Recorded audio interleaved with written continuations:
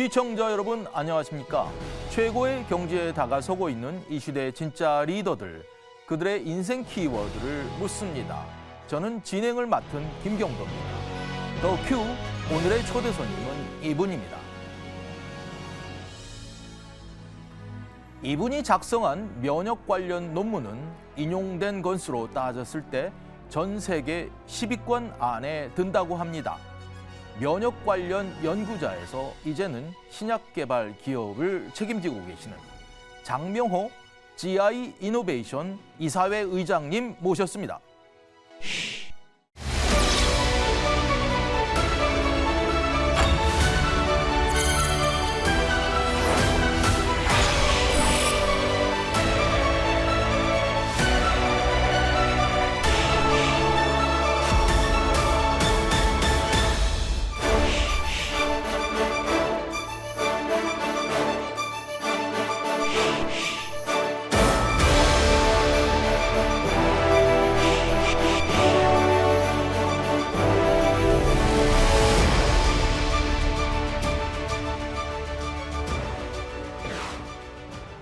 네, 의장님 안녕하십니까?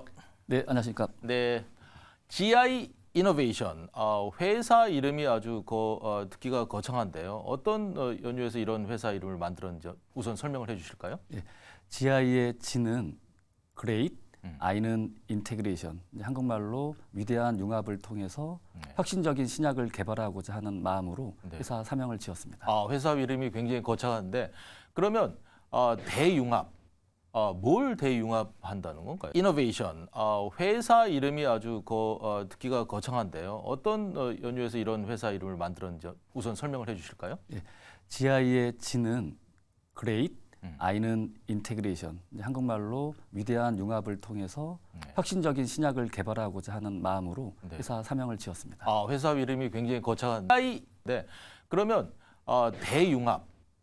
뭘 대융합한다는 건가요? 이노베이션, 회사 이름이 아주 듣기가 거창한데요. 어떤 연유에서 이런 회사 이름을 만들었는지 우선 설명을 해주실까요? 예, GI의 G는 Great, I는 Integration, 한국말로 위대한 융합을 통해서 혁신적인 신약을 개발하고자 하는 마음으로 회사 사명을 지었습니다. 회사 이름이 굉장히 거창한데 네.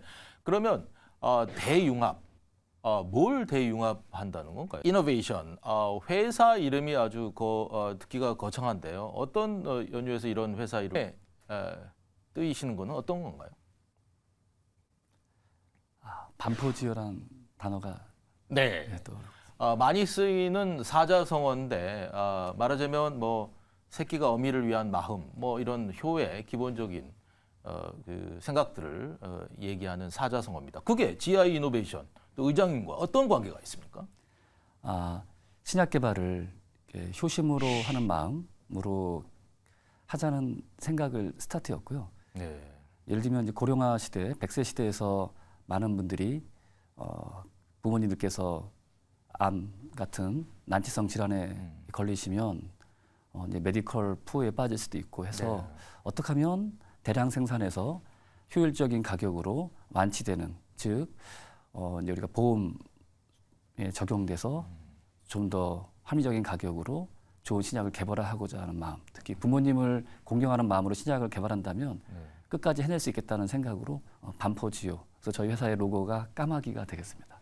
그렇군요. 네. 그 반포지효에 등장하는 새가 까마귀이기 때문에. 네. 그럼 기본적으로 그런 그 반포지효의 여러 가지 이 생각들을 우리 회사에 담아내고 있는데 구체적으로는 그럼 어떤 항암 프로세스가 이루어지고 있는 겁니까? 저희가 최근에 임상을 가장 활발하게 이상 단계에 진입한 의약품 후보가 있는데요. 네. GI101이라는 파이프라인입니다. 네. 이 파이프라인은 말기암 환자들께서는 화학항암제, 방사선 치료요법을 통해서 받다 보면은 몸속에 있는 면역 세포들이 많이 낮아집니다. 그래서 저희가 없어지는군요. 없어지죠. 네. 그걸 이제 면역 결핍, 면역 림프구 결핍이라고도 하고 하는데요. 그래서 그를 올려줄 수 있는 물질을 활용을 하고 있습니다. 근데 그냥 올려주는 것이 아니라 독성을 줄여서 아까 말씀드린 대로 암 환자들이 건강하게 독성 없이 맞을 수 있으려면 그런 부작용을 줄여줘야 됩니다. 그래서 부작용을 줄여주는 CD80이라는 분자에다가 면역세포를 증식시켜주는 인터로킨2를 붙여서 이중융합 단백질로 지금 활발하게 임상을 진행하고 있습니다. 그러면 GI101은 기본적으로 암 치료를 하면서도 약해지기 쉬운 면역 체계를 다시 회복시켜준다는 그런 얘기인 것 같은데요. 네, 맞습니다. 저희 GI101은 면역세포들 증식을 통해서 면역 기능을 올려주는데요. 결국에는 지금 현재는 치료의 시대로 가고 있지 않습니까? 근데 이제 앞으로 많은 의학자들이나 과학자들이 말하는 것은 예방, 프리벤션이 중요하다고 말씀하고 있습니다. 그러니까 고령화 되신 어르신들께서 저희 건강하신 상태에서 저희 GI101 파이프라인을 의약품을 맞게 되면 면역세포가 증강해서 임뮨 서베일런스라는 기전을 통해서 우리 몸에 있는 암세포들을 미리 차단할 수 있습니다. 그래서 궁극적으로 암 환자를 통해서 안정성이 확보된 의약품들을 건강한 어르신들 예방으로 활용할 수 있기를 간절히 바라고 있고 준비 중에 있습니다. 좋습니다. 그런 이제 신약을 개발하고 있는데 많은 우리가 바이오 또 메디컬 부분이 굉장히 세계적인 수준이라고 알려져 있고 그래서 많은 신약들이 도전을 하고 있어요. 뭐 이제 이게 이제 어떤 이 상용화가 되기 위해서는 여러 단계가 필요한데 어느 단계에 있는 겁니까? 지금 현재 저희 파이프라인 메이저 파이프라인은 임상 2상의 네. 이제 항암제가 있고요. 네. 알레르기 치료제는 지금 유한양행과 공동 연구를 통해서 임상 1B에 있습니다. 아하. 그래서 2상에서 좋은 결과를 그 얻게 국내 얘기인가요? 지금 저희는 지금 현재 101이라는 항암제는 글로벌 임상을 한국과 미국에서 동시에 진행되고 있고요. 그럼 미국 FDA에서도 같이 진행이 된다는 네. 얘기네요. 네. FDA 승인받고 미국의 병원에서도 환자들이 투약을 받고 있습니다. 그 이유는 동양인, 아시아인의 데이터로는 FDA 허가받기 어렵기 때문에 코카시안, 이제 미국인들의 추가 환자들을 모집해서 함께 함으로써 FDA 승인 전략을 구상하였습니다. 그렇다면 이제 임상 2상이 되고 3상, 또 앞으로도 조금 단계가 있는 건데 그 최종적인 단계를 어떻게 예상을 하시나요? 지금 현재 한국 기업이 미국 FDA에 승인받은 항암제는 아직 없습니다. 그래서 저희 회사는 이제 이병건 우리 같이 함께하는 회장님도 늘 하시는 말씀이 기술 이전도 중요하지만 더 중요한 거는 조기 상업화. 그래서 미국의 FDA에 재밌는 제도가 있는데요. 좀 혁신적인 신약들은 AA라 해서 가속 승인, Accelerate Approval이라는 제도가 있습니다. 그래서 네. 가속 승인 제도를 활용해서 저희가 3년 정도 후에는 제품으로 승인받아서 좀 판매를 목표로 하고 있습니다. 아, 그렇군요. 그런데 사실 그렇게 되면은 굉장히 약값도 비싸고 뭐 그럴 것 같은데요. 아까 반포지오를 얘기하셨는데 반포지오도 돈이 많이 드는 겁니다, 요즘에는. 근데 참 좋았던 것은 저희가 이제 삼성 바이오로직스와 협업을 해서 GI101이라는 저희 파이프라인은 대량 생산이 가능합니다. 저희가 보통 현재 지금 삼성 바이오로직스에서 한 번 생산할 때 1000리터 스케일로 생산하고 있고 리터당 3g 정도의 대량 생산을 확보한 의약품이다 보니 저희가 말하는 원가 여러 가지 생각했을 때 지금 면역세포 치료제 가장 유명한 게 이제 카티거든요. 한 번 투약할 때 5억 원이 듭니다. 근데 저희는 굉장히 낮은 단가로 치료할 수 있을 것으로 계산되고 있는데 정확한 숫자는 이제 아마 저희가 정부 기관의 심평원가의 어떤 가격 그런 것 따라 변동이 될 수 있으나 굉장히 낮은 가격으로 제공할 수 있다는 것은 확실하게 말씀드릴 수 있겠습니다. 신약 개발을 하다 보면은 저희 가장 중요시 여기는 것이 후보 물질들이 이제 많이 있다 보면은 다 기전적으로나 그러니까 되게 좋은 약으로 보이긴 하는데요.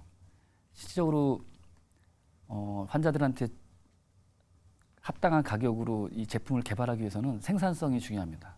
그리고 생산된 이 대량으로 생산된 신약 후보들이 결국에는 안전해야 되거든요. 그래서 저희가 개발하는 단계부터 대량 생산이 가능한 거와 물질의 안정성을 최대한 확보하고 특히 이제 또 독성이 없어야 오랫동안 사용할 수 있어서 그 세 가지 측면을 고려해서 신약 개발을 하고 있습니다. 그렇게 되면 저희가 이제 그 생산 단가라는 것이 있는데 생산 단가를 낮출 수 있고 그러다 보면은 좀 더 효율적인 가격으로 저희가 그 제품을 공급할 수 있습니다. 아주 쉬운 예로 지금 카티 같은 경우는 워낙 비싼데요. 이제 한 번 투여당 5억 정도 하는 이유가 그 여러 가지 이제 대량 생산이 가능한 것이 아니라 환자의 혈액으로부터 그 혈액을 채취해서 미국이나 일본으로 GMP 공장에 보내서 세포를 대량 증식한 후에 한 명을 위한 투약 방법이다 보니까 5억씩 드는 겁니다. 그래서 그런 것이 좀 더 합리적인 가격으로 하려면 대량 생산을 본인의 혈액이 아닌 뭐 다른 사람의 혈액으로 동종 이식이라고 하는데요. 다른 사람의 혈액으로 배양된 세포들을 또 이식할 수 있으면 훨씬 더 가격이 합리화될 수 있다 생각되고요. 그런 노력들이 있습니다. 그래서 저희도 그런 것들 많이 고민하면서 신약 개발하고 있습니다. 자, 이제 그 항암제 얘기의 파이프라인 뭐 이제 진행이 되고 있는 거고 그 밖에도 우리 GI 이노베이션이라는 말이 어울릴 정도로 여러 가지 대사 면역 치료제 여러 가지 다양한 제품들을 만들고 계시나요? 네, 맞습니다. 최근에 저희가 국가신약개발사업단의 과제에 선정된 GI108이라는 대사 면역 항암제를 현재 개발하고 있습니다. 네. 이 약은 좀 재밌는 약인데요. 이제 저희가 1세대가 이제 화학 항암제였고 2세대가 표적 항암제, 3세대가 바로 이제 면역 항암제였는데요. 4세대 이제 신약으로 대사 면역 항암제라는 것이 지금 떠오르고 있습니다. 네. 대사 면역 항암제는 암세포가 이런 메타볼리즘, 대사를 활용해서 면역 반응을 회피하려는 시도를 하고 있습니다. 대표적인 게 ATP를 분해해서 아데노신이라는 물질이 나오는데요. 이 아데노신이 있으면 면역세포가 종양에 침투해도 기능을 발휘할 수 없는데 그래서 저희가 아데노신의 합성을 억제하는 CD73 항체로 그 기능을 블로킹해서 인터루킨2 같은 면역 부스터가 면역 활성제가 제대로 기능할 수 있도록 하는 혁신적인 신약으로서 아주 기대가 크고 있습니다. 이제 면역 항암제는 기존의 화학 항암제나 표적 항암제에 비해서 좋았던 이유가 하나는 한 번 들이면 이 면역의 기억력 때문에 오랫동안 재발되지 않는다는 장점이 있었습니다.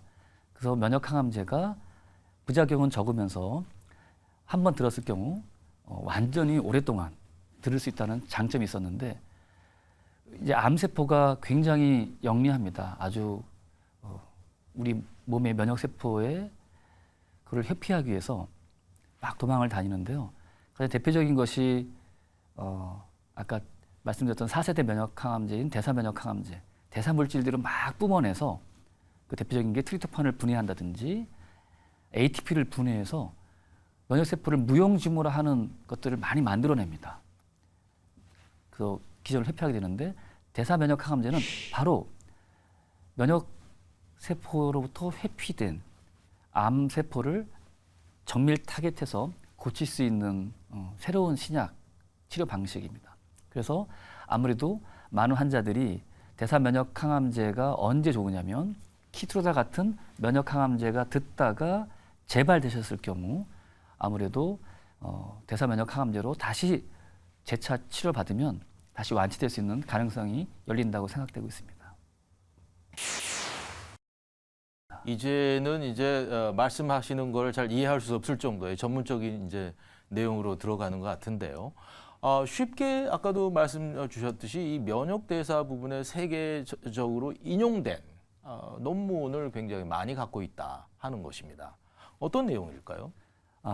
저희가 뭐 좀 부끄럽긴 하지만 지금 오토파지 같은 경우는 어떤 우리가 영양이 충분히 공급되지 않았을 때 자가 포식이라는 방식으로 에너지를 만들어냅니다. 저는 에너지 대사에 관련된 특히 또 제가 그 비만 쪽 오비시티라고 그래서 그쪽 분야의 논문들을 꾸준히 내고 있는데요.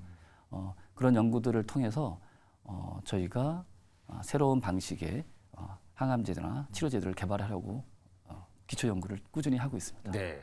사실 요즘에 이제 코로나, 코비드-19 사태 이후에 많은 분들이 이제 면역에 대한 관심이 굉장히 높아졌어요. 아까도 의장님 말씀 주셨지만 미리부터 내 몸의 병에 대한 저항력을 키운다 하는 것인데 가장 중요한 게 어떤 거라고 생각하십니까?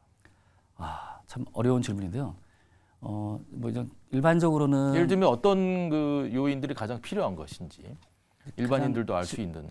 실천하기 가장 좋으신 거는 사실은 규칙적인 운동, 그다음에 스트레스로부터 좀 그를 빨리 벗어나는 것입니다. 스트레스를 장기적으로 받다 보면 면역 세포들, NK 세포나 CD8 T셀 같은 항암 작용하는 세포들이 급감하게 되는데요. 그래서 그런 두 가지가 가장 좋을 것 같고, 그다음에 균형적인 영양소를 이제 섭취하시는 게 중요할 것 같습니다. 그렇게 어려워 보이는 건 아닌데 실제로 이렇게 잘 하기는 쉽지가 않죠. 네네. 우리 의장님은 그러면은 어떤 그 연구 활동들을 이렇게 오랫동안 해오신 건가요? 주로 저는 일본에 유학을 가서 그 전에는 이제 오사카에 대학에 가기 전에는 녹십자 모광생명공학연구소에서 전막 면역이라는 먹는 백신, 우리 폴리머라는 것에 헬리코박터 파이로리 이런 백신들을 인캡슐레이션해서 먹는 백신을 개발하다가 오사카 대학이 이제 면역학이 세계적인 아주 강한 대학이라 알려져 있어서 그 유학을 가게 되었습니다. 그래서 줄곧 한 25년간 장 점막, 위 장 점막에 있는 면역 반응들을 연구하였고요. 우리 몸에서 가장 큰 면역 기관이라고 불리고 있고, 그리고 굉장히 연구가 까다로운 게 장에서 세포들을 분석하고 꺼내고 하는 것들이 굉장히 오랜 시간이 걸립니다. 그래서 유학 시절에는 한 5시쯤 출근해서 12시까지 밤 12시까지 이렇게 늘 연구했던 기억이 있는데요. 그만큼 오랜 시간 세포를 분리하고 그 세포 기능을 연구한다는 것이 굉장히 어려운 분야였습니다. 그래서 저는 개인적으로는 좀 어려운 분야를 하는 것이 제 적성이 잘 맞고 해서 오랫동안 지금까지 해왔던 것 같습니다. 일본의 의료 바이오 수준이 굉장히 높은 편이기 때문에 그쪽의 경험들을 많이 했고, 그래서 GI 이노베이션의 이 면역 대사 면역을 이렇게 좋은 치료제와 그 약품들 만들게 되는 원동력이 어떤 겁니까? 그 지금 의장님 같은 분과 여러분들의 인프라가 있는 겁니까? 네, GI 이노베이션의 경우는 좀 90여 명 가량의 아주 전문가들이 지금 모여 있습니다. 네. 임상 부문은 한 20명 정도의 네. 의사 선생님, 약사분들 해서 임상을 진행하고 있고요. 그다음에 이제 CMC라 그래서 어떤 이런 생산 공정을 담당하는 분석, 그다음에 배양, 정제 파트에도 30분. 그다음에 저희가 또 사업 개발 쪽에도 한 5분. 그리고 중요한 거는 이 기초 연구를 잘 해서 임상으로 넘길 수 있는 중개 연구 부문이라고 해서 거기도 한 10분 정도의 과학자들이 계시고요. 그다음에 디스커버리 부문에 과 스마트 플랫폼을 개발하는 플랫폼 파트. 그래서 90명의 다양한 적성과 전문성을 가진 분들이 함께 오케스트라처럼 협업을 하고 있습니다. 그렇군요. 저희가 창업하고 가장 고민했던 부분이 인재 영입이었습니다. 4명으로 시작한 회사다 보니까 어떻게 하면 좋은 인재들이 들어오는가를 이제 삼성, 뭐 구글, 많은 회사들을 벤치마킹 했는데 거기에 재밌는 게 있었는데 일단은 많은 보수를 주고 교육 기회를 많이 주면 좋은 분들이 오셨던 것도 있지만 또 하나는 특히 요즘 MZ 세대들이 워라밸이라는 걸 많이 중요시 여기는데요. 저희는 입사하면 바로 한 달의 연차를 제공해 드립니다. 그래서 그분들이 충분히 휴식과 그다음에 신약 개발에 몰입할 수 있는 바란스를 제공하고 있는데 그럼으로 인해서 많은 분들이 좋은 분들이 입사를 하셨고 그리고 오랫동안 다니는 전통이 생기게 되었습니다. 그래서 결국에는 좋은 인재들을 영입하기 위한 전략이었고 또 지금은 오히려 그것이 효과가 좋아서 저희도 모든 인직원들이 그 30일을 다 활용하도록 적극 권장하고 있으며 특히 하나를 30일 다 쓰면 다 써야 하지만 하나가 더 추가됩니다. 그래서 임직원 망라 모든 분들이 다 열심히 쓰고 새로운 에너지를 충전해서 다시 신약 개발에 도전하는 의미로 잘 활용되고 있고 우리 회사 입사하는 분들의 대부분이 그 조건에 마음에 들어서 입사했다는 분들이 굉장히 많이 있습니다. 그러니까 면역에 대해서는 일가견이 있다고 하는 분들이 이제 다 모여서 한 90명 되는 분들이 이렇게 계시는 건데, 코로나 시대 때는 이 머크 그리고 또 아스트라제네카 우리 그 백신으로 유명했었던 기업이죠. 여기와 코옥을 하기도 하셨다고 하는데 그 스토리를 좀 말씀해 주실까요? 네, 저희가 2017년 7월 19일 날 이제 6년 전에 이제 창업을 했는데요. 한 2년 정도 뒤부터 저희가 글로벌 회사들을 이제 파트너링이라고 하는데 많이 만나고 다녔습니다. 네. 그러던 중에 이제 저희가 임상 단계 진입하기 전에 GI101이라는 물질을 이제 MSD 머크의 데이터를 보여드렸더니 이 약은 자기네 이제 30조 이상 팔리는 키트루다라는 약과 함께 썼을 경우에 굉장한 시너지를 낼 수 있을 거라고 판단하셨고 네. 또 저희가 그걸 이제 증명을 해냈습니다. 그 인간화 마우스를 통해서 데이터를 냈고 전임상 단계는 유례가 없을 정도로 거의 400억 가량 이상의 프리드럭 서플라이라고 하는데요. 키트루다를 무상으로 임상에 지원해 주셨고 키노트 B59라는 MSD 머크의 이름을 달고 공동 임상을 함께 진행하고 있고 현재 이상 스테이지에 지금 올라왔습니다. 아스트라제네카도 비슷한 모습으로 저희가 함께 협업을 하게 되었고 지금 거기는 이제 더발루맙이라는 약제를 사용하는데 저희 쪽에서는 좀 키트루다 쪽에 좀 더 무게 중심을 두고 임상을 진행하고 있습니다. 근데 GI101이라는 제품이 굉장히 훌륭한 제품이라고 하더라도 사실 많은 분들이 이 바이오벤처 10년도 되지 않은 바이오벤처의 제품들을 믿고 뭔가 같이 일을 선뜻하게 된 그 배경이 좀 궁금한데요. 아무래도 기술력이 있었던 것 같습니다. 좋은 기술들이 데이터가 차근차근 쌓이고 이제 글로벌 제약사든 또 함께 우리 회사에 합류하신 많은 분들이 좀 큰 기업이 대기업이나 한미약품, 유한양행, 녹십자 같은 큰 기업이 있다 전통 제약사에 오신 분이 많다 보니까 데이터를 유심히 보시고 이 정도 데이터면 충분히 글로벌 무대에서 활약할 수 있고 글로벌에 판매를 하든가 아니면 직접 개발할 수 있는 약제라고 판단하셨는데 또 하나는 기저도 좋았지만 아까 말씀드린 대량 생산이 가능했기에 많은 분들이 모이셔서 한번 이 약으로 대한민국도 바이오 신약으로 블록버스터 신약을 만들어 보자는 그 일념 하나로 전부 이렇게 모여드는 것 같습니다. 그러면 머크와 아스트라제네카하고의 현재 상태는 그런데 앞으로의 계획은 어떻게 됩니까? 현재는 저희가 우리 임상 부문 이제 부문장님도 열심히 좀 하고 계신데 저희가 한 달에 한 번 정도 함께 미팅을 하면서 이분들이 중간에 약을 사가실 수도 있지만 적응증 같은 경우 즉 인디케이션이라고 해서 어떤 고용하면 잘 듣는지를 많이 코치를 해주고 계십니다. 그래서 그런 걸 바탕으로 저희가 기술 이전할 부분은 이전을 하고 저희가 강한 부분은 끝까지 상업화시켜서 매출을 발생시키는데 그분들의 도움을 계속 받고 있습니다. 네.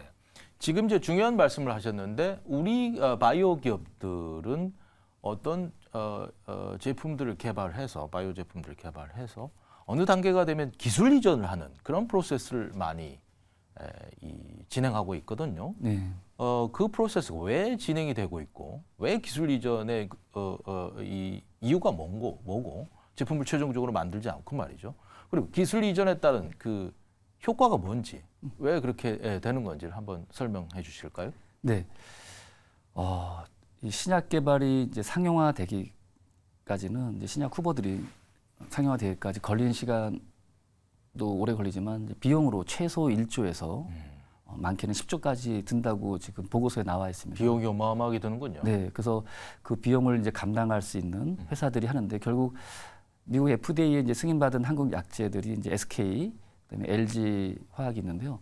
비용이 많이 들었을 것입니다. 그래서 그걸 감당할 수 있는 대기업들은 끝까지 이제 갈 수 있는데 일반적으로는 그걸 감당하지 않는 기업들은 감당할 수 없는 기업들은 좋은 파트너를 찾아야 됩니다. 즉 기술 이전을 통해서만 자기가 개발한 의약품이 완주할 수 있다는 생각을 갖고 있고 네. 이거는 사실은 일본도 마찬가지 시기가 있었습니다. 다케다가 좋은 제품이 있었는데 글로벌 제약사에 판매를 하고 그게 제품화되면서 로열티 수입으로 지금은 본인들이 직접 끝까지 완주하는 제품을 개발하고 있거든요. 그래서 아마 한국도 우리가 기술 이전한 제품들이 블록버스터로 탄생된다면 그 로열티나 마일스톤들이 유입되면서 충분한 자금이 확보되면 한국의 어떤 기업들도 끝까지 완주할 수 있는 기회가 오는 거라 생각합니다. 결국은 자본력, 그다음에 마케팅 파워라 그래서 글로벌 제약사의 제품들은 아주 우리 KOL이라 불리는 의사 선생님들이 잘 처방해 주십니다. 그래서 그런 브랜드 가치를 포함해서 지금까지 왔던 것 같습니다. 네. 네. 그럼 우리 GI 이노베이션은 그런 기술 이전 사례가 어느 정도 있습니까? 현재 2건이 있었는데요. 네. 첫 번째는 2019년도에 중국 10대 혁신 제약사인 심시어의 GI10이라는 면역항암제 아까 설명드렸던 네. 중국 지역 한정으로 총 9천억, 계약금 70억 정도로 이제 기술 이전을 하였습니다. 아하. 그 이유는 이제 그 회사가 중국에서는 바이오 기업 최초로 뉴욕 증시에 상장을 했고 현재는 이제 홍콩으로 이전 상장을 했는데요. 굉장히 임상과 마케팅에 강한 회사입니다. 중국 내에서. 그래서 그런 기업이 저희가 가져갔을 때 충분히 끝까지 좋은 제품으로 나올 수 있다는 확신이 있었기 때문에 네. 계약을 하게 되었고요. 또 한 건은 알레르기 치료제 GI301인데요. 이것도 전임상 단계에서 국내 이제 전통 제약사로 1위 매출을 자랑하고 있는 유한양행에 1조 4천억 규모로 기술전을 하였고 계약금은 200억이었고요. 말씀드린 계약금이라는 것은 이제 반환 의무가 없는 계약금들입니다. 그래서 지금 현재 유한양행이 아주 임상을 잘해주셔서 원 임상, 일상, B 스테이지까지 잘 끌어오셨고 아마도 상품화 내지는 또 중간에 세계적인 기업, 글로벌 기업에 다시 한번 라이센스 아웃을 하지 않을까 생각하고 있습니다. 우리 이제 GI 이노베이션은 만든 제약 신약을 그렇게 기술 이전을 일부는 하고 또 일부는 이 회사가 직접 진행을 하면서 두 가지 이 방식으로 이제 신약 개발을 진행하는 그런 프로세스라고 보면 되겠습니까? 네, 맞습니다. 그래서 그러면 이제 전체적으로 면역 앞으로 실제로 곧바로 이렇게 출시되는 약은 어떤 건가요?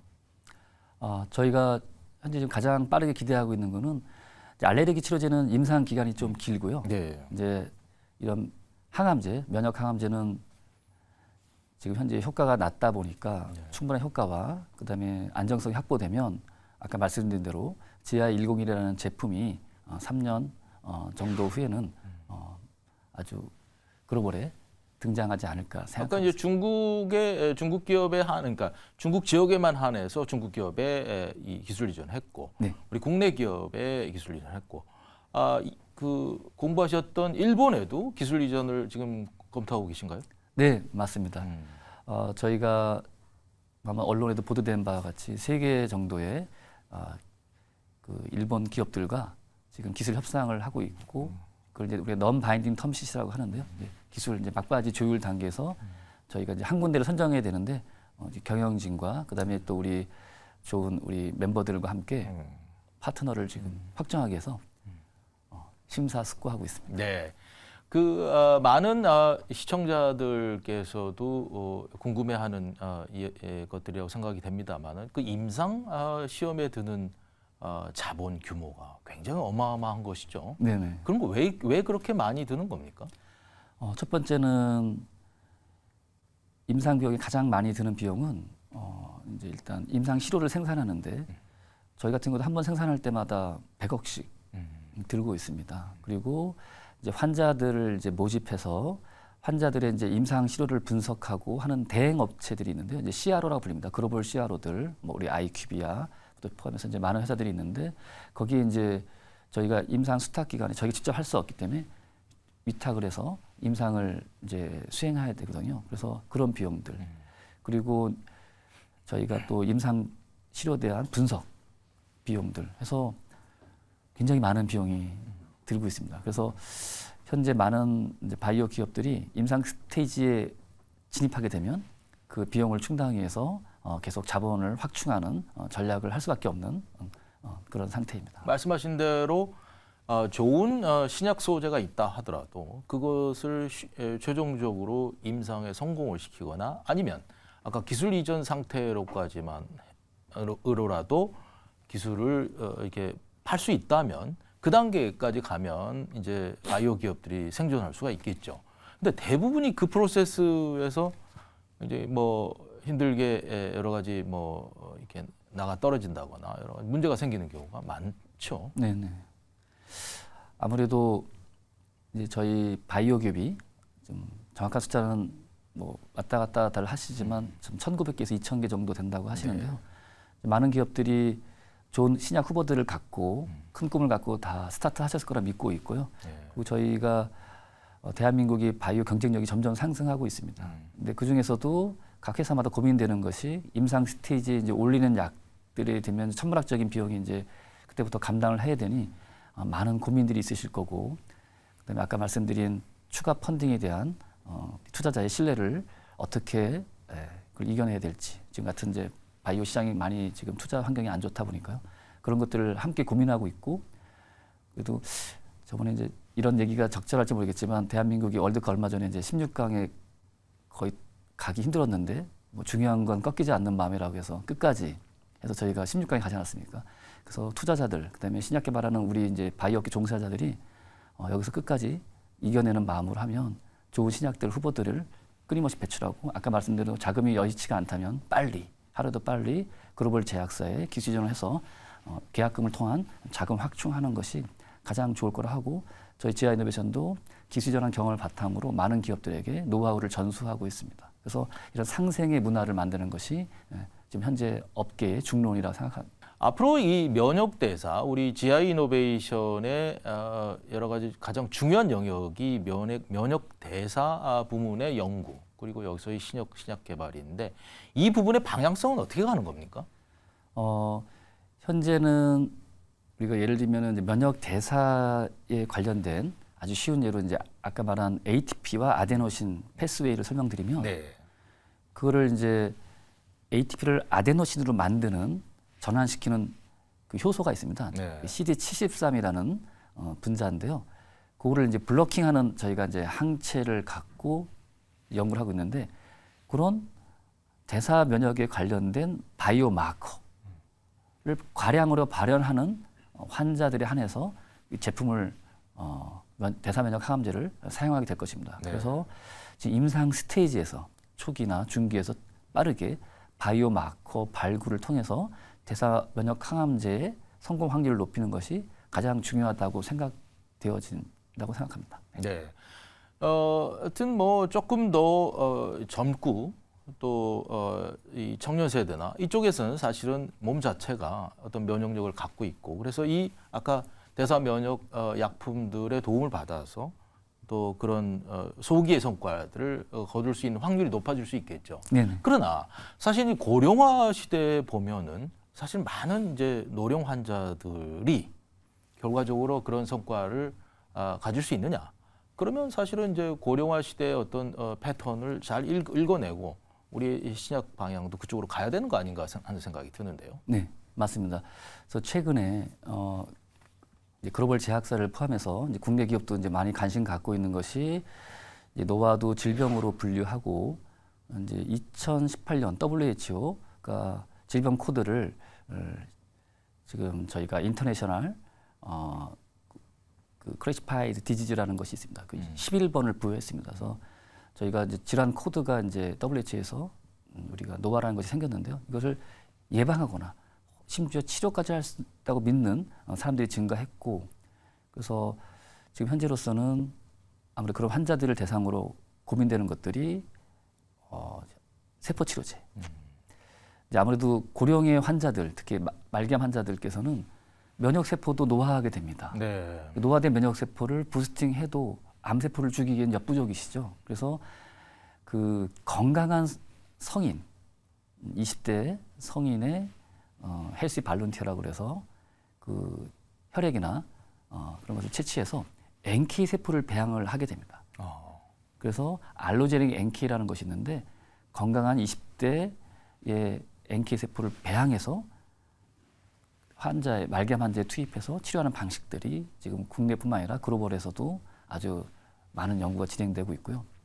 또 하나는 이제 마이크로바이옴 분야입니다. 마이크로바이옴은 우리 나무가 이제 나이테 같은 게 나이를 먹으면서 있듯이 젊었을 때, 아기였을 때, 그다음에 소아, 청년을 가면서 장내 미생물이 급격하게 변화를 합니다. 특히 노화된 어르신들의 이제 장내 미생물 균총을 보면 마우스도 마찬가지지만 굉장히 많이 바뀌어 있고요. 이것을 특정 시그널을 주어서 젊은 사람들이 갖고 있는 마이크로바이옴으로 장내 미생물을 변환시킬 수 있는 노력들도 하고 있습니다.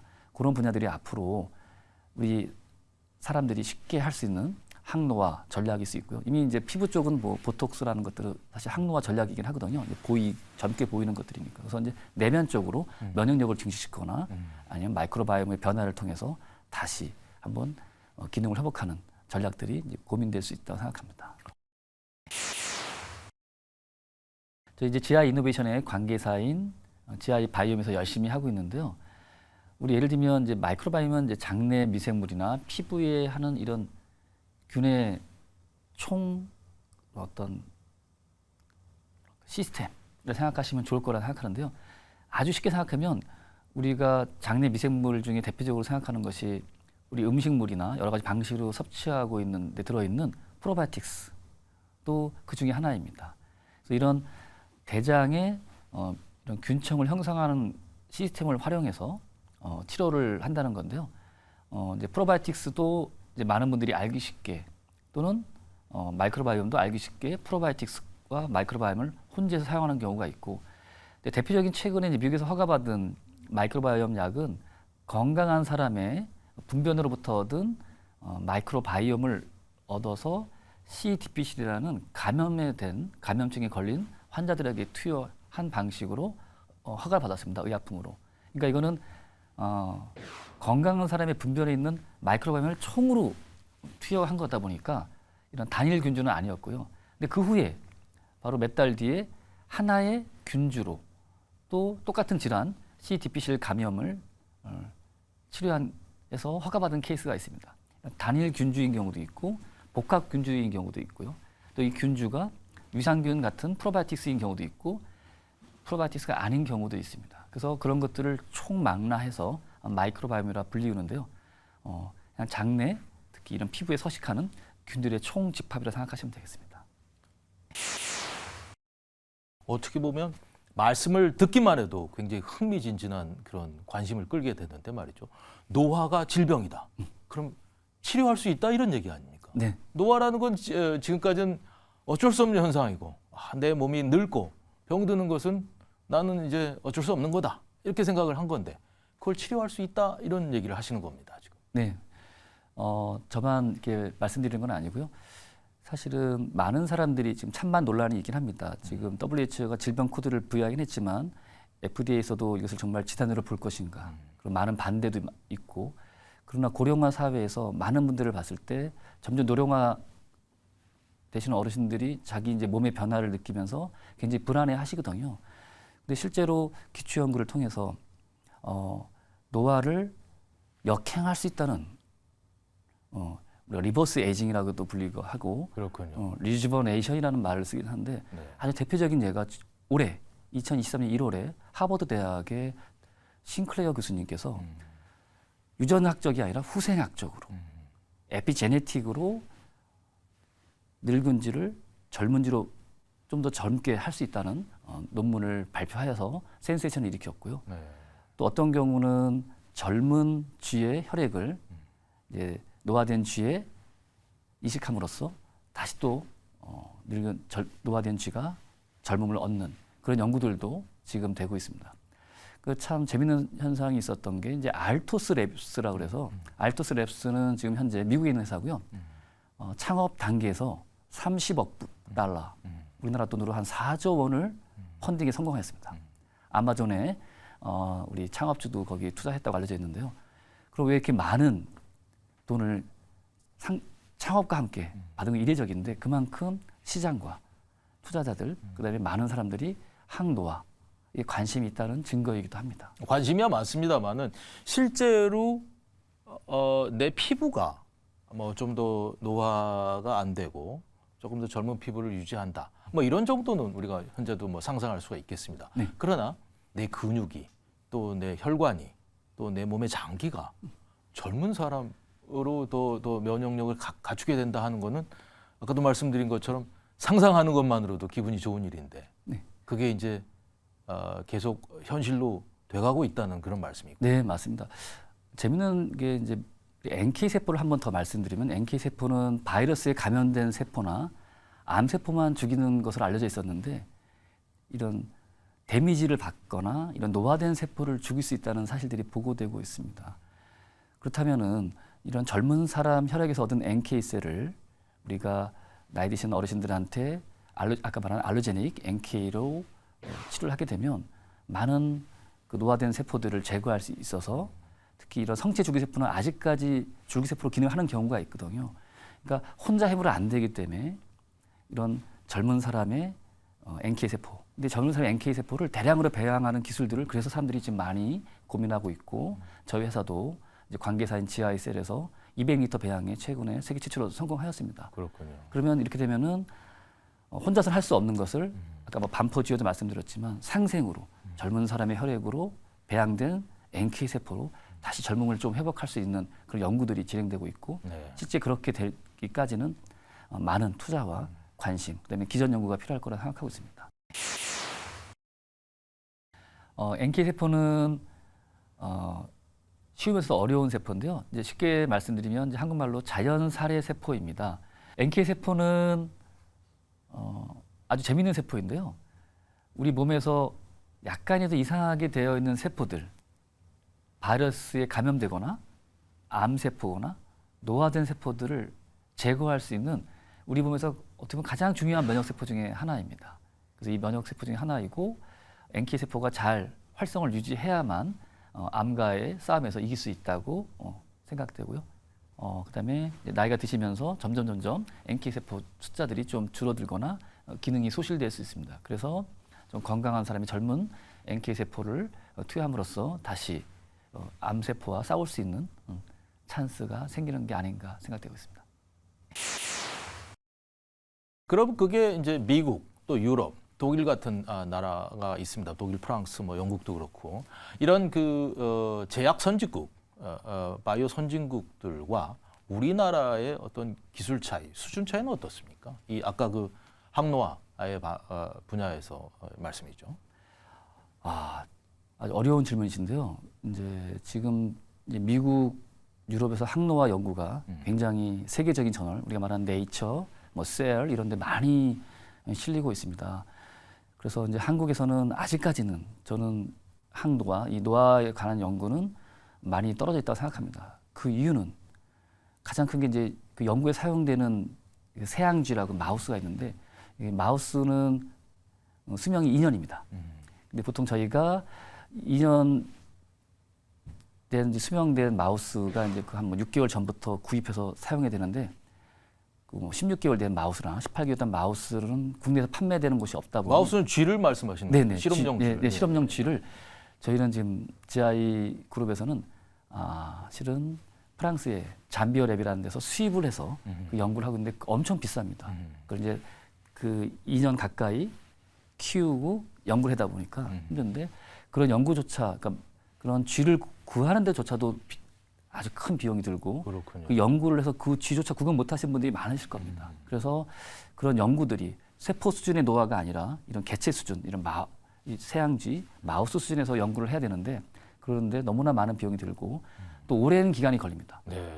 보통 이제 저희가 16개월짜리 쥐를 해서 24개월까지 키우고 수명 연장되면 더 뒤까지 봐야 되는데 한 번 실험에 6개월에서 1년 정도 걸리니 그 투자하신 분들이나 인내력이 없다면 이 분야는 어려울 텐데요.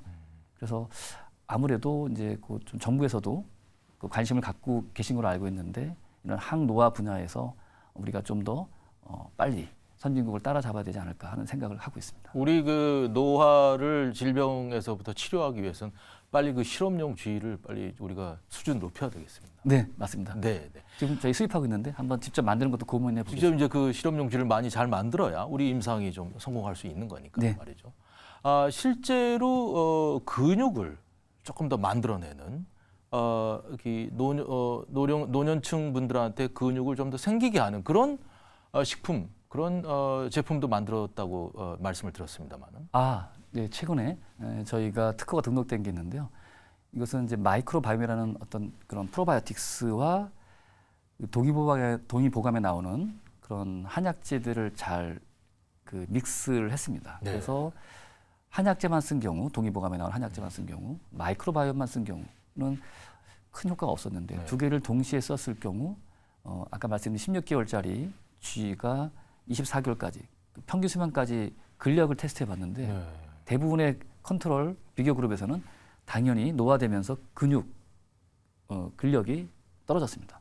그런데 마이크로바이옴, 프로바이오틱스와 전통적으로 우리나라 강국인 그 한약재를 잘 선별한 것을 병행했을 경우만 근력이 40% 이상 증가하는 놀라운 결과를 나와서 특허 등록했고 저희가 보고를 했는데요.